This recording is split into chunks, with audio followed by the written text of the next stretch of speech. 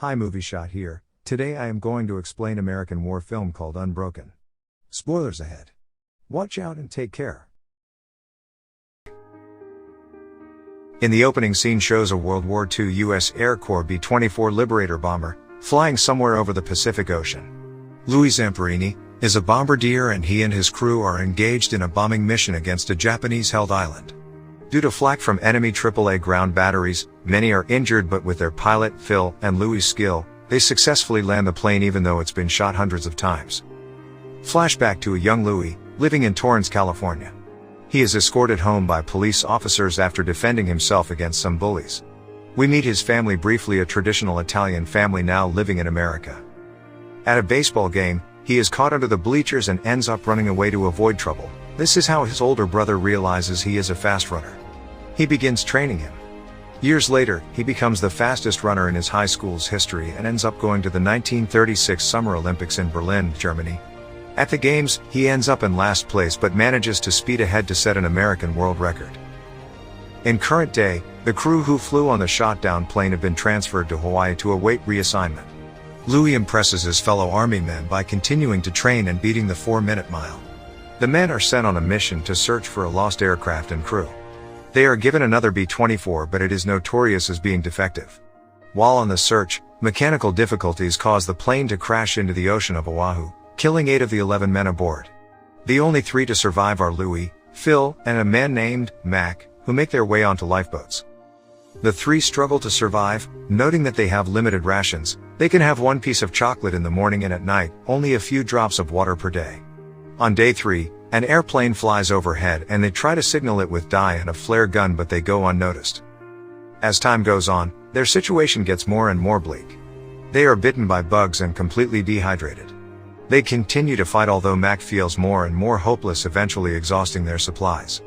Amongst the long journey to survive, they clobber an albatross that has landed in their boat and try to eat it but quickly vomit it up. They then instead use the albatross as bait to attract fish and eat it raw. Eventually, sharks begin to circle the boat and they learn to stay low. The men are fatigued and awaken one morning to find a rainstorm. They happily fill up containers with fresh water and drink the drops from the sky.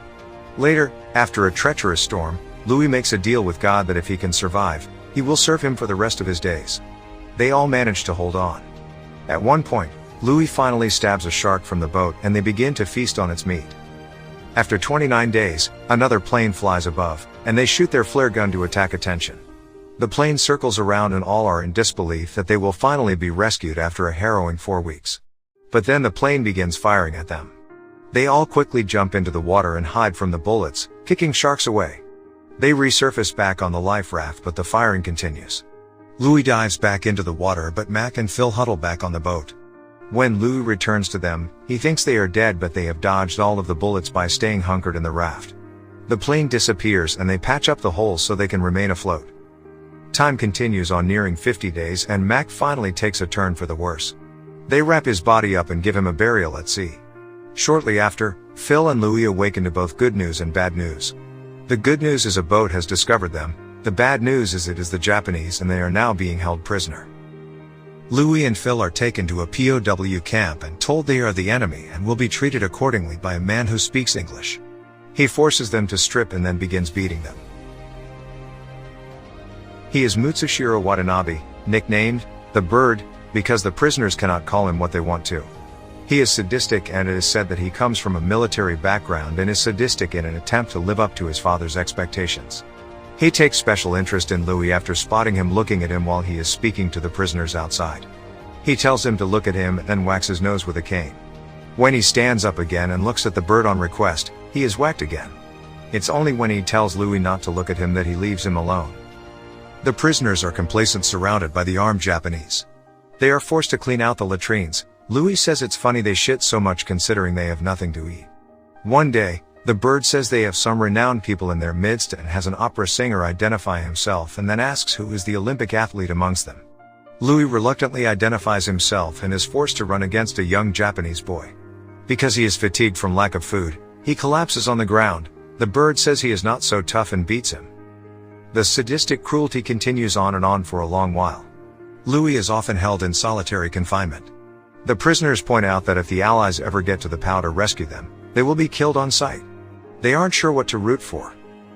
One day, a man tells Louis that he wants him to go on the radio and tell his family that he is still alive and that he is being treated fairly, to appease Americans.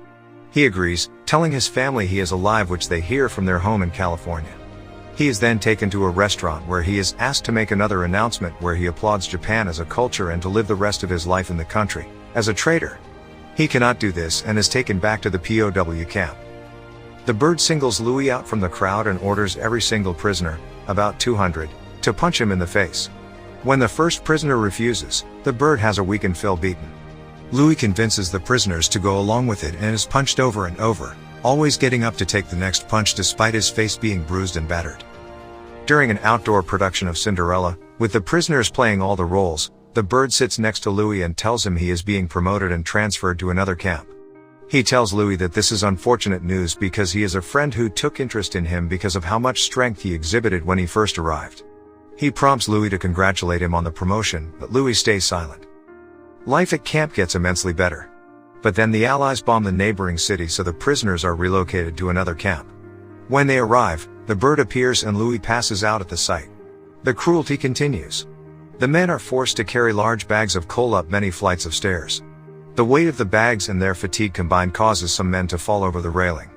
One day in April 1945, the prisoners are also informed that President Roosevelt has died. One man breaks down in tears. One day, the bird orders Louis to pick up a very large steel beam. Louis struggles, but the bird is persistent, telling him he has to hold it over his head. He tells the guards, who are surrounding Louis, to shoot him if he should drop the beam. Louis holds the beam over his head for hours, much to the admiration of his other prisoners. Finally, at nightfall, he is able to lower the beam. The men are told that they have to bathe in the ocean. They are sure they will be executed. When they get into the water, the Allied planes fly overhead. The war is over. They all cheer at having survived. Louis goes into the bathroom of the camp now that they are no longer prisoners. He sees a picture of the bird as a child with his dictator father. He is disgusted. Louis is flown home to his family and embraced by them. This is juxtaposed with a real-life photo of the scene. End credits tell us that the Japanese were held accountable for war crimes, but eventually the charges were dropped to assure good relations with the Japanese. Louis kept his promise to obey God and remained religious throughout his life. He forgives all the men who wronged him and meets all of them in person. Years later, only the bird refuses to acknowledge him. He also returns to the Olympics, in 1998, to carry a torch when the games are held in Japan. A memorial card reveals he passed away in 2014, 3 months prior to the film's release. Thanks for watching. See you in another movie recap. Please like and subscribe, and click the bell icon to get new video update. Have a nice day.